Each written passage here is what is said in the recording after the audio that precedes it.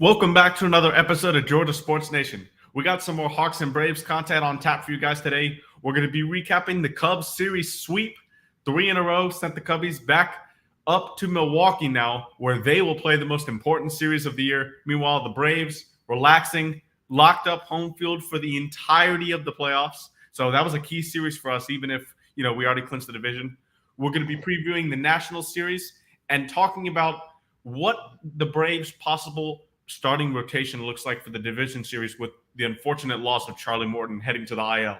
And towards the end of the show, we're going to be previewing Hawks Media Day. That's right. In less than a month from now, the Hawks start the season October 25th versus the Charlotte Hornets.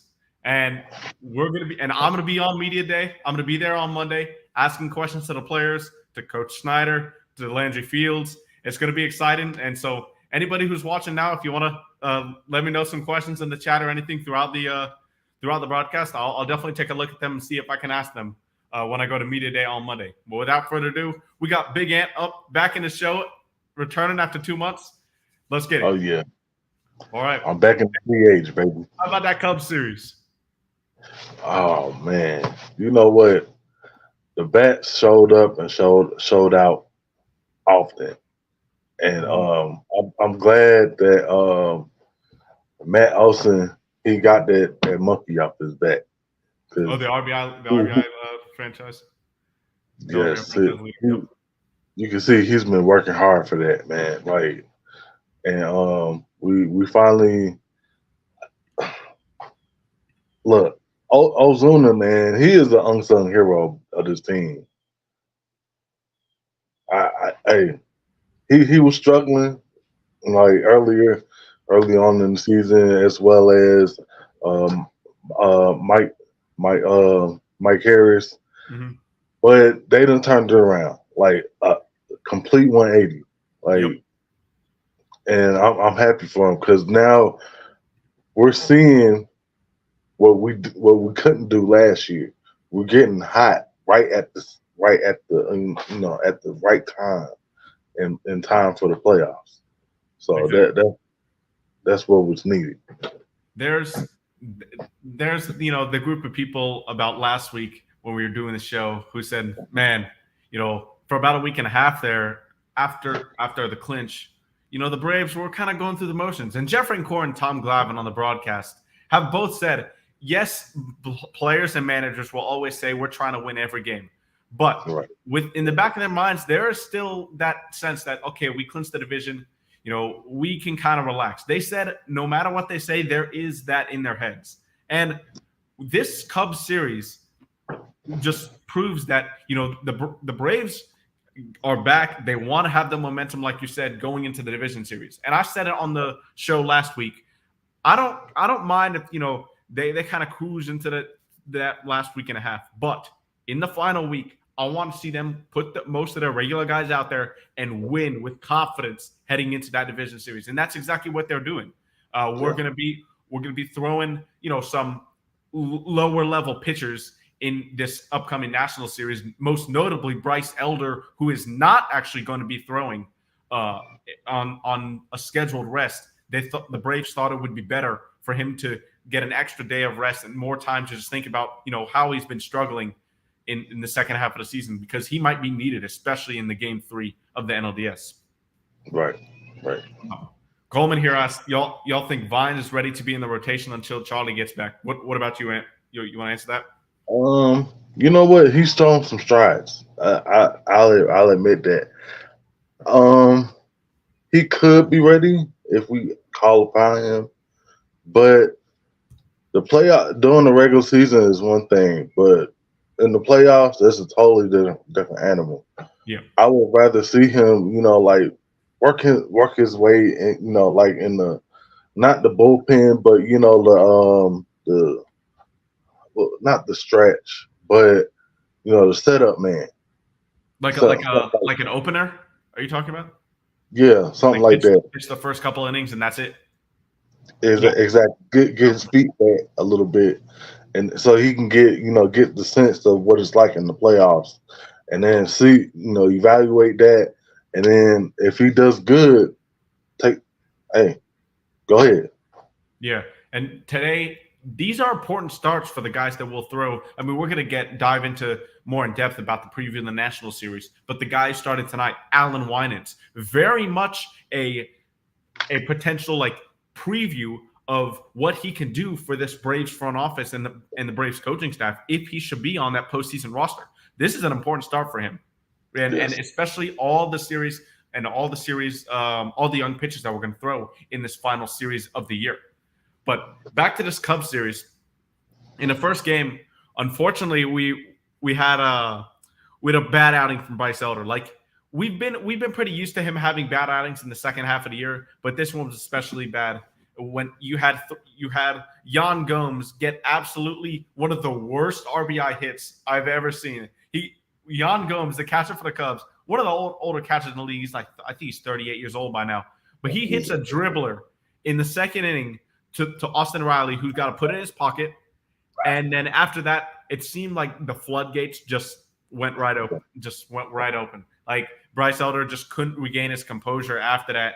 And yes, that's a terrible hit, but unfortunately, that's just how baseball goes sometimes. So Bryce ended only with 3 2/3 of 7 hits, 5 runs, 5 earned runs, 4 walks, and 2 strikeout ball, which, that's not going to get it done. That's not going to give your coaching staff some confidence with you on that postseason roster, especially to start Game 3. So that was really unfortunate to see him in the last start of the season kind of had one of his bad outings of the year, especially on such a good year overall that he's had when he was an All-Star. Right, exactly. And I'll say, like, I want him to get this, excuse my French, but get this shit out your system now. Mm-hmm. Like, get it out your system now. I know he's been struggling for a minute in the second half, but I'd rather for him to do this in the regular season than to be costing us games in the postseason. Now, it just so happens that we have a historic offense that can come back from games like that. Mm-hmm. But what happens when you facing the pitcher that can stymie that offense? Now we've lost that game. And we saw that in the first game, honestly. I mean, Justin Steele, who in my opinion, I think he's the Cy Young. I think he's a Cy Young winner of the National League. I know Blake Snell is up there close. There may be an argument for Spencer Strider, but for me, his ERA is too large for me to give him the Cy Young. Even though, obviously, with my subjective vote, I'd give Spencer Strider the Cy Young. But I think it's between Steele and Snell right now.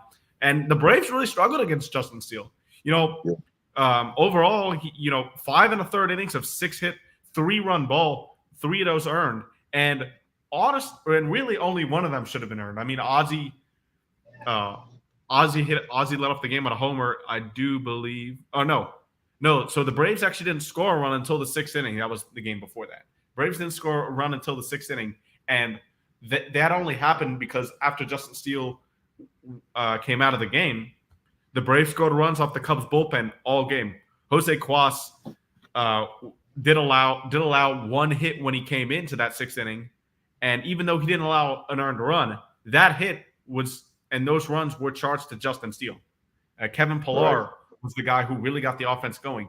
Another unsung hero for this Braves offense and a whole team overall, because anytime he starts, he produces. He's the guy who jumpstarted this offense with that homer off Justin Steele in the 6th inning. Right. He is another unsung hero, especially. I'm not going to take away from what he does at hitting, but his defense, man, it's something else, man. Like when you're called upon to step up when you don't play that often. Sometimes players just, go through the motions and stuff. Not him. No, he shows up every single time that he's called upon. Yeah. And the Cubs bullpen struggling was a theme in this series. Their starting pitching really wasn't that bad outside of the last game. You had Javier Assad come in and allow 2 earned runs as well in this first game. And Then you had the Braves. They were knocking on the doorstep. 6-5 coming into the bottom of the 8th. 2 outs. Sean Murphy at the plate. He hits a lazy fly ball to right center field, and Seiya Suzuki calls off center field, not Cody Bellinger, Mike Tauchman. He calls off Mike Tauchman, and Seiya Suzuki misses the ball.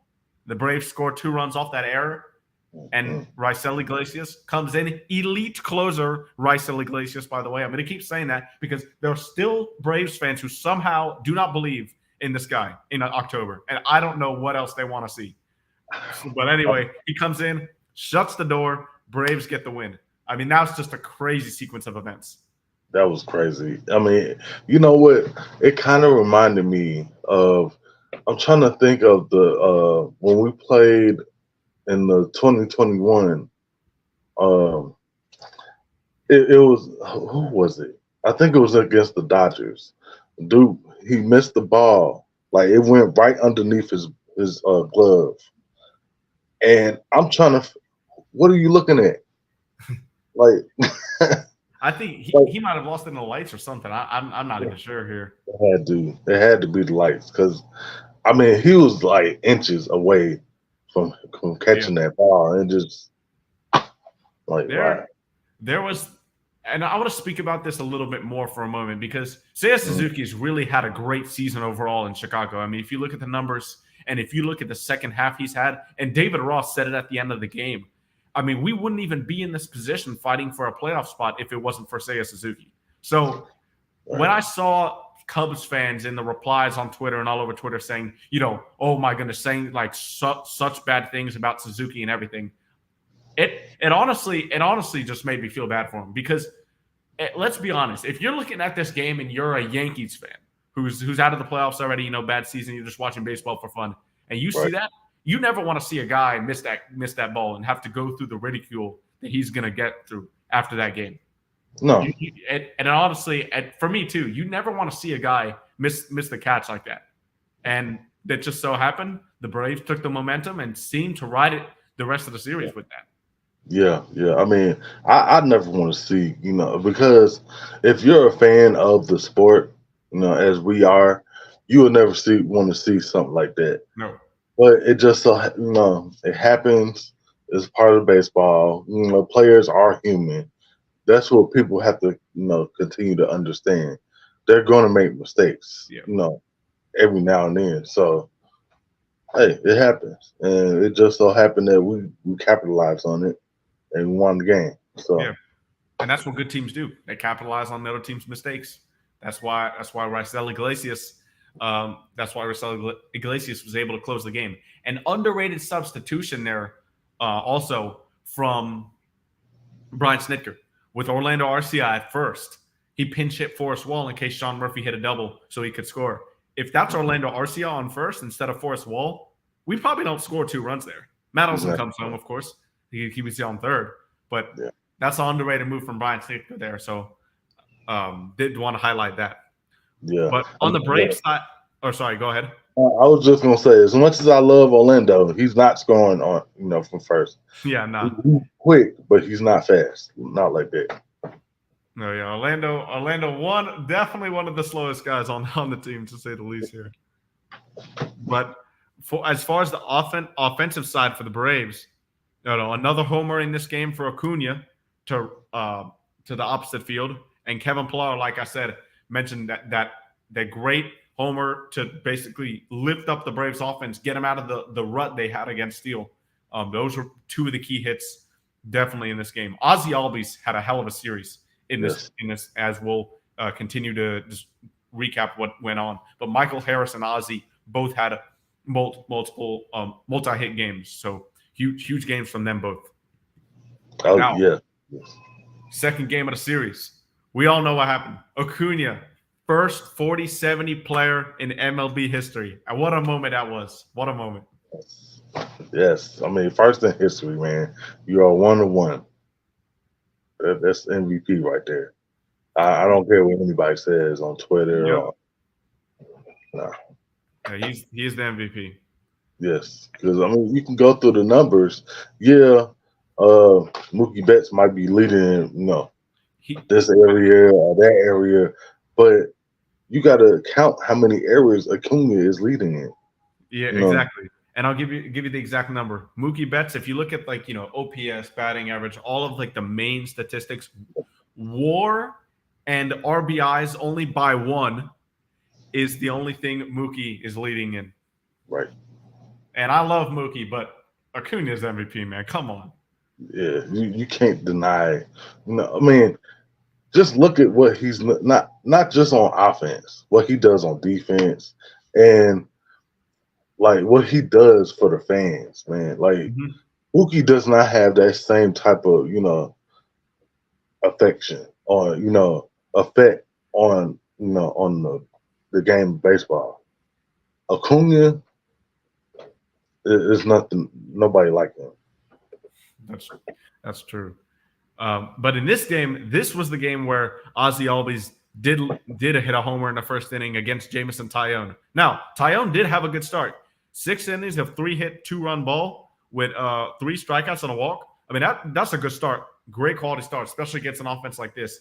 And when you've got Ozzie and Acuna going at the same time, this offense just hits another level that it's already at. I mean, Acuna in this game, 2 hits, an RBI, 2 runs. Ozzie, 3 hits, 3 RBIs, a homer. And he also had the game-winning RBI when Acuna got that historic 70th stolen base when he walked off for the Braves win. So the guys at the top of the lineup were just rolling in this series. You also had Ozuna, who hit a homer. And this homer was with 1 out in the bottom of the ninth. He tied the game up. Right. And it just continues to show the strong season that he's had. He's 3 homers away from 40. I need you to hit 3 homers left myself. I need that 40 homer prediction to come through. So yeah, I need 3 more out of you, Marcel. But all right, Marcel. Come on. Ultimately, on the pitching side for the Braves, you had Darius Vine starting. And now 6 innings, 3 runs, 2 walks, 5 strikeouts. The homers were really what got him. But honestly, not a bad start for Vines at all. Obviously, the Cubs aren't going to have the type of offense that's going to hit a ton of homers. They're more of this, keep the line moving. They're going to get on base. They're going to foul a lot of pitches off. That's more their type of offense. But he did a pretty solid job in this. I've liked what I've seen from Vines, and definitely a candidate for the postseason roster. I definitely don't see him starting a game though. No, I don't see him starting the game. I mean, he's making strides. You can see that. Like and like you alluded to in the second game, he was on it. I mean, yeah, he gave up some home runs, but it wasn't backbreaking. Like it was solo shots or something like that.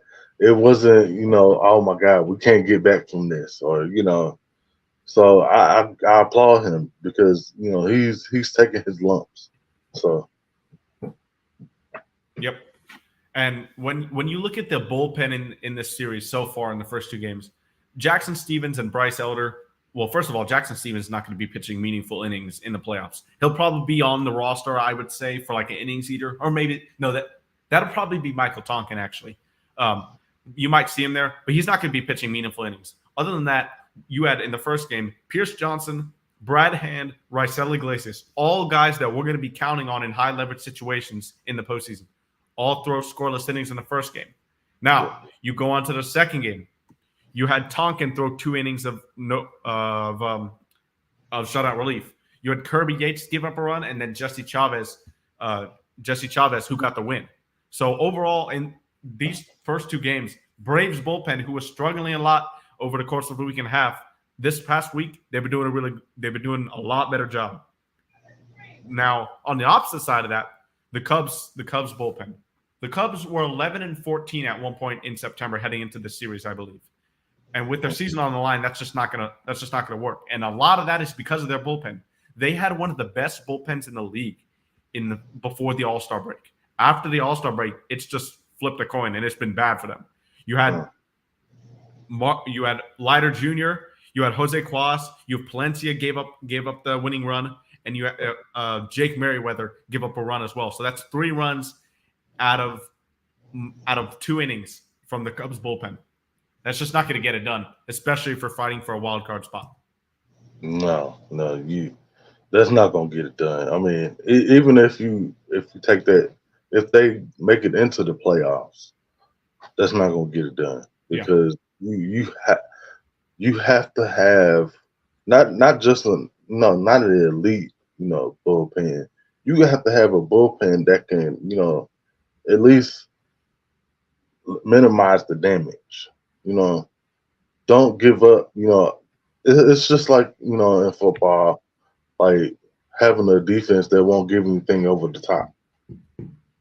You have to, you have to have, you know, a stopgap. Mm-hmm. There's for the Braves, this game was much more balanced offensive game. But we didn't rely. We hit 2 homers. Obviously, you got Ozuna with the homer, you got Ozzy with the homer. But especially in the late innings, in the 7th inning, the 8th inning, the 10th inning, when we scored those 2 runs, you have those were all not via the homer. And this Braves team can score anyway. We've said it so many times with how historically elite this offense is. It's not just the homer. It's not just the keep the line moving type of offense. Either way, the Braves can score, and that's what we've seen in this series so far. Now, I didn't speak about this yet. I do want to get it into it before the 3rd game. But Dansby Swanson returning to Atlanta. He probably didn't have the best series as him coming back with getting swept and not really making a big impact on the series offensively. But his defensive prowess was definitely on display when he came back here to Atlanta. He made a couple plays, especially in the 2nd and 3rd games that we're used to seeing a lot out of Dansby. Oh yeah, he showed off his arm, when he was here. I won't lie, but Yeah. I mean, yeah, his bat was pretty much a non-factor. Yep. So, but I wish him luck. I wish him best of luck. Mm-hmm. And when the Braves already won this series, you were like, okay, maybe the Braves will let the Cubs have a game, make it a little more hope. Nope. Braves come in and sweep the Cubs 5-3. Now, Michael Harris and Ronald Acuna were really the guys who got it done here. Or sorry, not Ronald Acuna. Austin Riley and Michael Harris were really the guys to get it done in this game. Austin Riley with 3 hits at 4 at bats. He had a homer.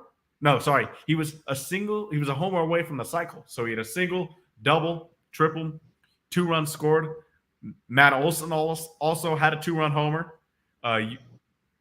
And the Braves, with 3 games to go now, are I think it's 3 or 4 homers away from setting the MLB record set by the Twins in 2019, who by the way, Eddie Rosario was on that team. So can we do it in these final 3 games against the Nationals pitching staff? There is a chance. The Nats pitching staff gives up the most homers on average in the entire league. So it's a good matchup. All right. Yeah, I think we have a chance to do it. I mean, We do. It's only 34 homers, behind. So look, if Matt Olson can, break the home run record and the RBI record, yeah, I think we can get it done. And they're not sitting. Or sorry, go ahead. No, I was just they not sitting. So yeah, go ahead. Yeah, we just need to add one more record. We already have the Acuna record, the Olson record for homers, the Olson record for RBIs, Acuna 40-70, not just the 70 stolen bases. We already have the third time in franchise history we've gone back-to-back 100 consecutive win seasons. We already have historic offensive numbers. We just need to add another record, to the whole MLB by getting the single season homer record. It's not big of a deal. It's not that big of a deal. It's just one more record. But if we dive deep into this game, yes, the offense was good. We know in the beginning, the Braves hit homers. Bullpen held steady here with Kyle Wright, Joe Jimenez, AJ Minter, and Raisel Iglesias only combining to give up 2 runs. But the most encouraging thing out of this game, was Kyle Wright, in my opinion. I think the way he pitched in that 2 1/3 innings, 1 run, and that run was kind of a little soft contact there. But for me, Kyle Wright pitching like that gives him confidence, and he needs to be on that NLDS roster. Excuse me. I think he may not start a game. You might have Jesse Chavez or Michael. I don't think you'll have Michael Tonkin. If anything, you'll have Jesse Chavez maybe open with 1 or 2 innings, and if he's going well, possibly a third. But you could have Kyle Wright come in after that for 3 or 4 innings to get to your horses. The AJ Minters of the world, the Raisel Iglesias, Joe Jimenez, guys that you have set to the 7th, 8th, and 9th. And I think Jesse Chavez and Kyle Wright could be 2 guys that you can see Brian Snitker bridge to get to those late innings, because the confidence that he has out of that last inning, I think he's going to need that, especially when we see him in this national series. I expect to see him out of the bullpen in a long relief appearance for sure in this last series. Oh yeah, that's for sure. Yeah, he needs that confidence, like you said, because I mean, it's been a rough year for him, and going into the postseason, we're gonna need him to come, back half of the, and like the 7th inning, or we're gonna need him for innings too, so. Yeah, Kyle Wright, I don't think you'll see him start Game 3 of the NLDS. I still think it's more of an opener like Jesse Chavez, and then you have Kyle Wright out of the pen. But I think absolutely he needs to be on that NLDS roster with how he's continuing to improve each time he's been out there. It's going to be important for him for sure. Yes. So now that was my key to that game basically. But other key performances, you had Matt Olson driving in 2 RBIs, Raisel Iglesias, like I mentioned, with another save in a series. Marcus Stroman did not have a great outing. He in making just his 4th start off the IL, he only lasted 2 innings, 4 hits, 2 earned runs, 2 Ks. And I think they definitely were saving him a little bit. He was on a pitch limit. Normally, you'd see him go back out there, I think. It was just 2 earned runs through 2 innings. But with him just coming off the IL, I understand David Ross and the Cubs being very cautious with him. But the Cubs bullpen was pretty good in this game. In 6 innings covered by the bullpen, only 1 earned run. So that was pretty good. But unfortunately, the Braves bullpen just did a little bit better, only allowing, as a whole, the pitching staff, AJ Smith-Shawver, 1 run through 3 2/3 inning. What do you think of his performance yesterday? He pitched pretty well. It's just like I said, the key for the Cubs bullpen, he did what I thought, I thought the Cubs bullpen would have did, just hold steady, don't let go of the reins. So that's an encouraging sign. Yeah. And AJ Smith-Shawver, I saw a couple of people on Twitter asking, could he start a game or could he have a big role in the Braves bullpen in the playoffs? And my response to that is, I really like AJ Smith-Shawver. I think he's going to be a great pitcher for us. I mean, if you look at our really young core of pitchers, let's say we sign Max Fried back. You're going to have Max Fried, Spencer Strider, Kyle Wright. I don't know if Bryce Elder is going to be in that long term. I wonder where he starts in that, and especially at spring training next season. But I think when guys like Hurston Waldrop are on the come up right now and how well he's pitched, we're going to see him in the MLB at some point next season. You have to believe. Yeah.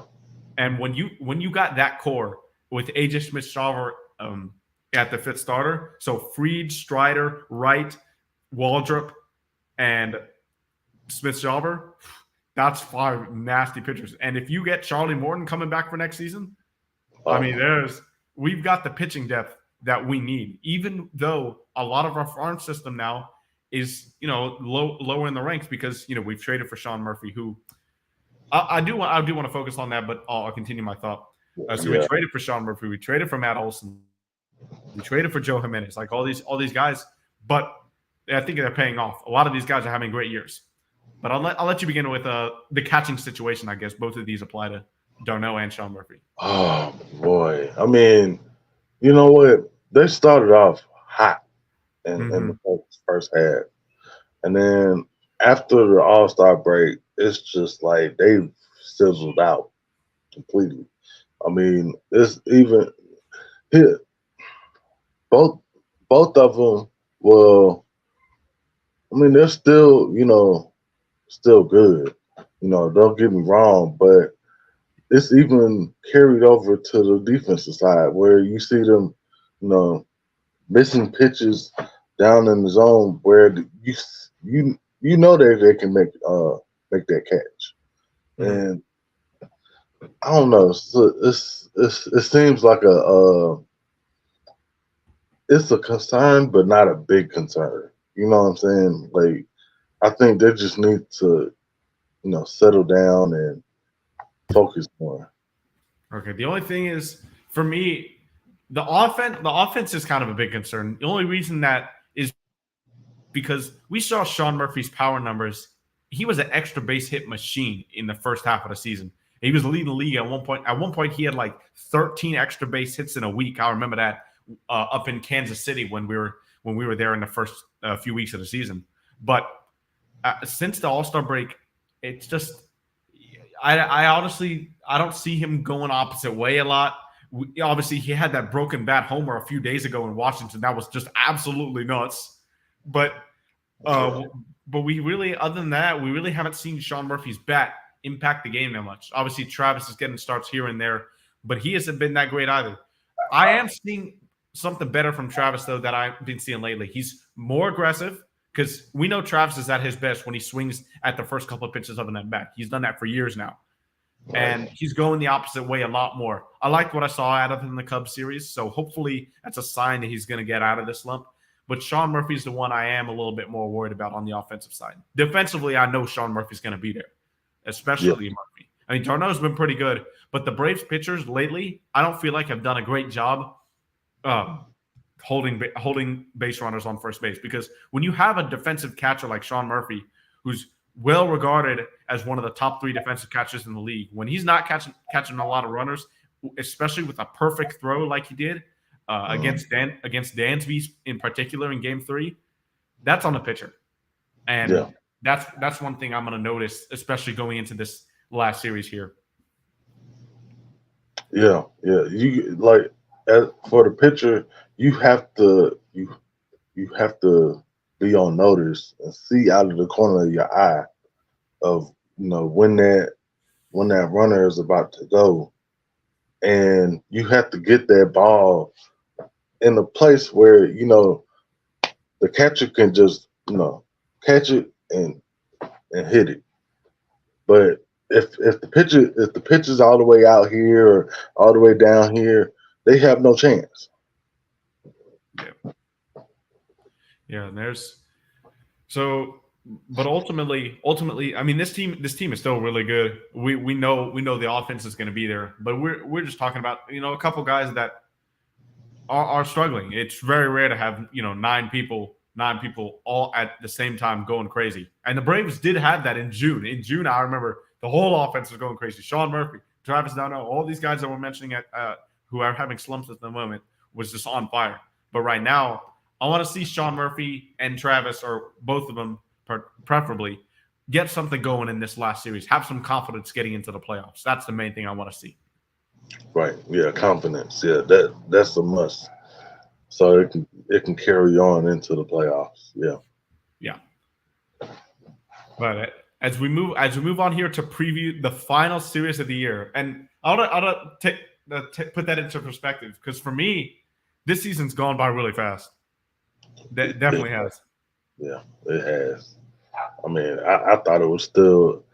I mean, just yesterday I thought it was September. I mean, it's just Like, there's for me, I never really realized when the season's over, because yeah, most of the days of the summer, baseball's going on, and early fall. yeah, But I look up at the calendar a couple weeks ago and I was like, whoa, we only got 2.5 weeks left of the season. And it just kind of hit me. But yeah, this final series against the Nationals, like I said, we got a good matchup here to set the MLB homer record. So let's see if we can do it.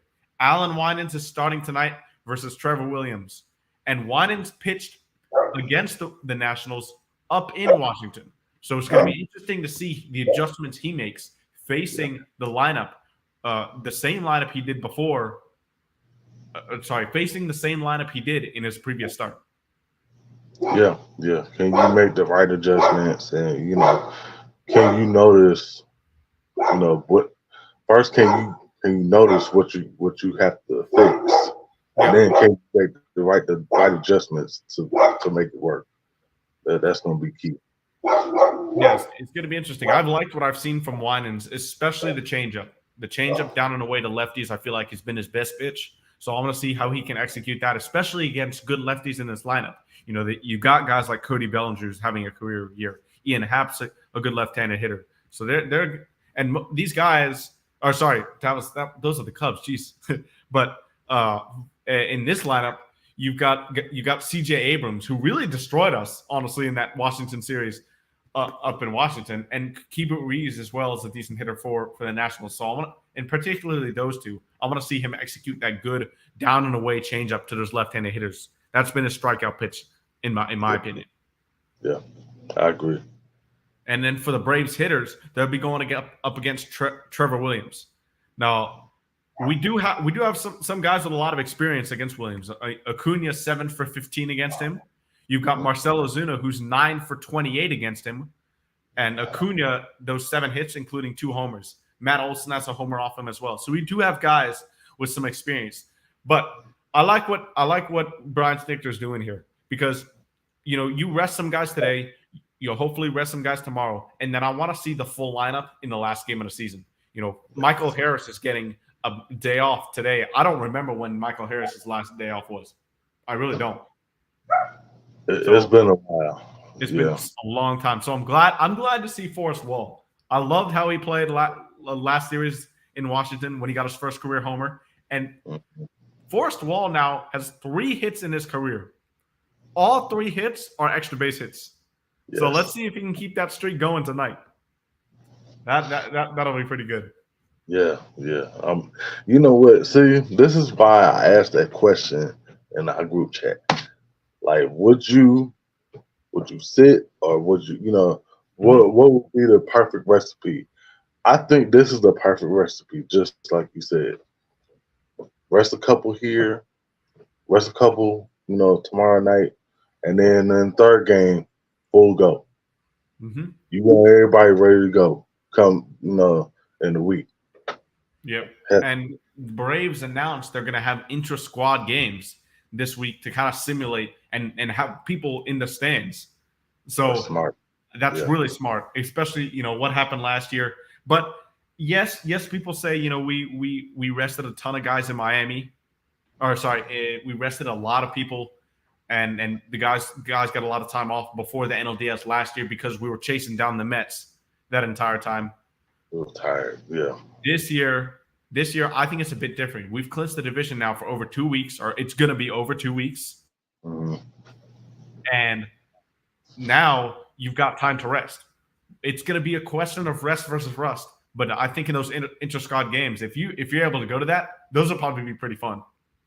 Probably be pretty fun to watch. It should be. So if you get a chance, the tickets are free. They said as well. I believe so.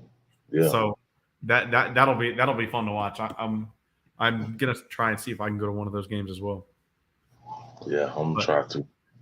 Anything else you want to touch on before we get to the Hawks here? Or well, actually, add in Charlie Morton.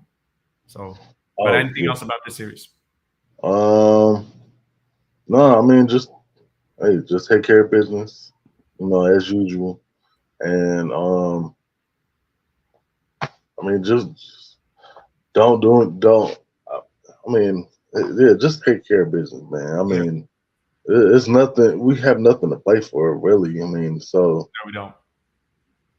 We're not gonna be pitching any of our regulars this season. So if the Braves starters give up a ton of runs this series, I don't want to see anybody panicking. I don't want to see these guys. These guys will not pitch meaningful innings in the playoffs. Most of them not even on the roster. So I don't want to see any panic. But you're actually, I might be wrong about that because Spencer Strider, I think, might be pitching the second game of this series. I have to double check that, but I think I did see that. Yes. So Strider is pitching the second game of this series. So that is going to be the only game where I want to see Strider have a tune-up for the playoffs. This better be an elite start from Spencer Strider. That's the one time I'm going to look at. But as far as Alan Wines tonight and our third starter, who I'm not sure yet, those are the guys that I'm like, okay, I want to see a good performance out of them, especially for, auditioning for spring training next year, maybe a spot on the postseason roster, but very unlikely. Those are the type of guys that I'm going to say, okay, I like the performance, even though, if the Braves lose, it's just not going to be that big of a deal. Right. Yeah. So what? I mean, it's not really going to affect the outcome. So exactly. So moving on to a more pressing matter here, Charlie Morton. Unfortunately, he's going to miss the NLDS with that right index finger issue. And yes, this is pretty concerning. I know Strider and Fried I'm confident they're both going to be ready. But now what do we do at game 3? And I mentioned before, maybe Chavez as an opener, Kyle Wright for the long relief. I think that may be the way the Braves go. And that's all going to depend on what Max Fried and Spencer Strider do. Will we have Kyle Wright and Jesse Chavez available in game 3, depending on what games 1 and 2 do? So, in my opinion, you definitely cannot go down 0-2 in NLDS, but you must win at least one of those games at home in the first 2 games. You have to. We can't afford to be down 0-2 going into a game where we don't know who the starter is penciled in, and we don't have ultimate confidence in. Yeah, it's imperative to. I mean, we have to. If you can win both of those games, but at the least go 1-1. Yeah, that's imperative. You have to, because it's just like you said. We don't know who's going to start game 3, so it's up in the air. Yeah, it could be Bryce Elder. It could be Kyle Wright. Could be Jesse Chavez into Kyle Wright then. I mean, with Michael Tonkin even, I think that's a long shot. But there's a ton of good things that Brian Snitker can go with. And I think this series is going to be, and that last Cubs series also is going to be a test for a lot of the guys that are potential candidates to open a game if he uses an opener and doesn't go with Kyle Wright or doesn't go with Bryce Elder, one of those traditional starters. So it's going to be interesting to see. That's what I'm going to look at. And if this offense struggles the last 3 games, yes, you can say, oh, no, the offense struggled in the last series of the year going into the playoffs. There's too big of a sample size for me to be concerned about this offense. If they struggle, it's not a big deal to me. It really isn't. Won't be at all. But by the time we come on here next week, we will know who the Braves are facing. Yes. Because a week from tomorrow is the first day of the NLDS, sorry. So tomorrow, next Friday, we're going to have a whole show previewing the NLDS and the whole playoffs. Maybe we do playoff predictions here. So it's going to be an exciting show next week, as well as recapping Media Day, which we'll talk about in a minute. Yes, sir. All right. So we move on to the Atlanta Hawks. Media Day, Monday.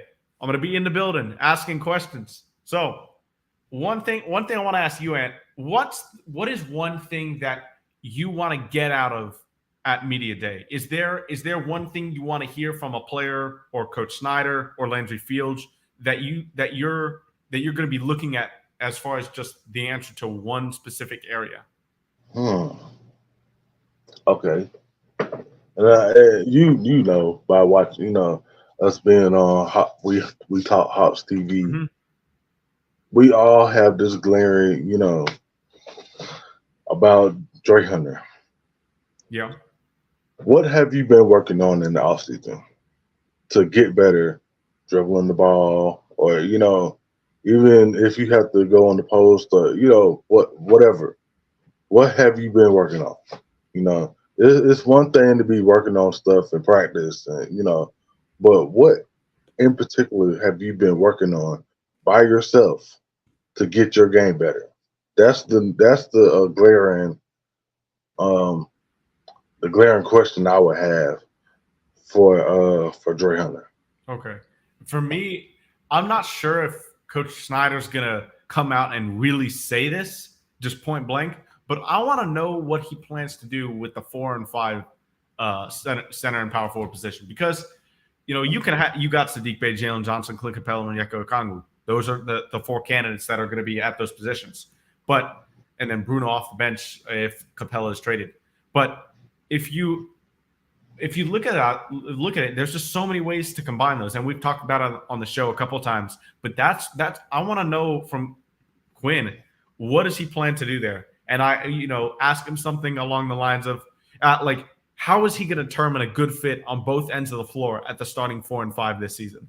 Something along those lines of is that's why I plan to ask him, get some info on what we can expect the starting lineup and more of the bench roles to look like, because I think it'll give me more. It'll make my predictions and give me my season outlook a little bit more detail as far as just if I know what the starting lineup and bench roles will be at that 4 and 5 position.